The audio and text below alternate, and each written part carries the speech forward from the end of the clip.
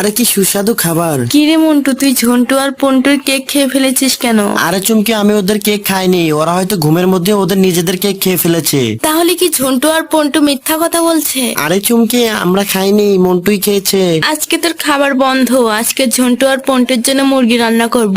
আরে কত বড় মুরগি রে, আমাকে বারবার ডাকছে। আরে আশেপাশে তো কেউ নেই, যাই একটু খেয়ে দেখি তো কেমন লাগে। আরে মন্টুর বাচ্চা, লুকিয়ে লুকিয়ে মুরগি খাওয়া হচ্ছে। কিরে মন্টু, তুই ঝন্টু পন্টুর মুরগি খাচ্ছিস কেন? কই মুরগি খেলাম, আমি তো ওদের মুরগি পাহারা দিচ্ছিলাম। তুই আবারও মিথ্যা কথা বলছিস। আমার হাতুড়িটা কোথায়? চলে আয় আমার হাতে।